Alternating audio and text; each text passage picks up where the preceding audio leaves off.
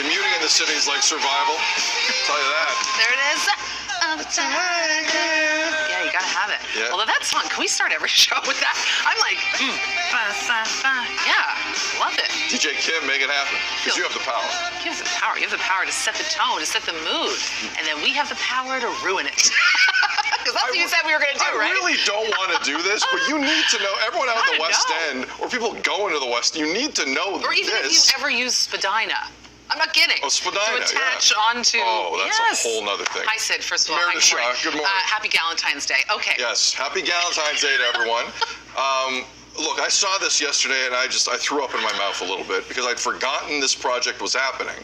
But it's coming back, especially after the Gardner was uploaded to the Ford provincial government. But listen, the one side of this is the Gardner needs to be fixed because if it breaks, then we're in a real jam. So if you'll remember, there was a 6-phase operation to repair the Gardner. Phase 1 happened. Everyone hated it so much. City of Toronto said we're not doing Phase 2 for a bit. Well, guess what? Phase 2 is coming back, possibly as soon as next month. It's going to be reduced to 2 lanes, both directions, between Dufferin and Strachan. Sorry. Gardner will be reduced to 2 lanes in both directions between Dufferin and Strachan. Now, I know what you're thinking, this is bad news, but keep in mind, this will only last till 2027. Come on. I'm not kidding. Come on. 2027, one of the worst stretches of traffic road in North America, goes from 3 lanes to 2. In both directions. Both directions. Between now and 2027. So if you have plans between now and 2027. Or if you want to throw like a World Cup. Oh!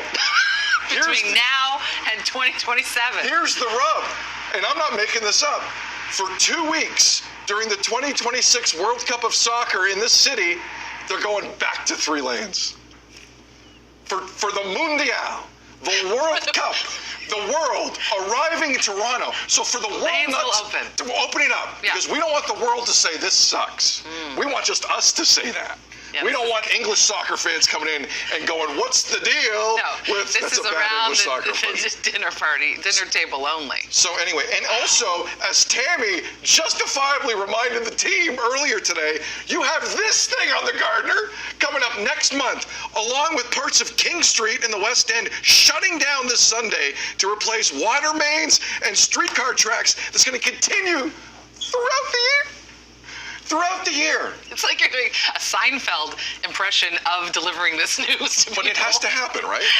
Look, it does have to happen, and there's safety involved, and there has been time where it hasn't happened, and now sort of the buck stops here. Yes. What I really hope and pray for is that we don't drive by those lanes that are being worked on and they're not being worked on. Do you know what I'm saying? That will happen all the time. You know when you're driving along and there's lanes fully closed, and closed. Hopefully everyone has their clothes on. And there's no work being done. I think we need to make this happen, but we need to go for it. Let's, I don't know, 24/7 it?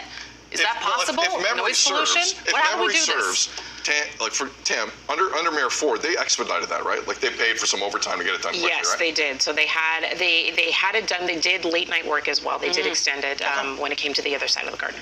Right. Mayor, I like that idea. Okay. Well, I know there's a lot of people living downtown that have trouble with that idea because there's noise pollution, so it's tough on all sides. But when I drive by sites that are closed and there's no work being done and the traffic is stopped, I can't tell you how annoyed that makes me. Oh, you and me both. Listen, at the end of the day, the moral of the story is don't move for the next 3 years. And you should be fine in the city of Toronto. It's 7:01. Not kidding. Move to Pickering. Move to Pickering. You're watching. Go east. Pickering. Oh, Pickering. It's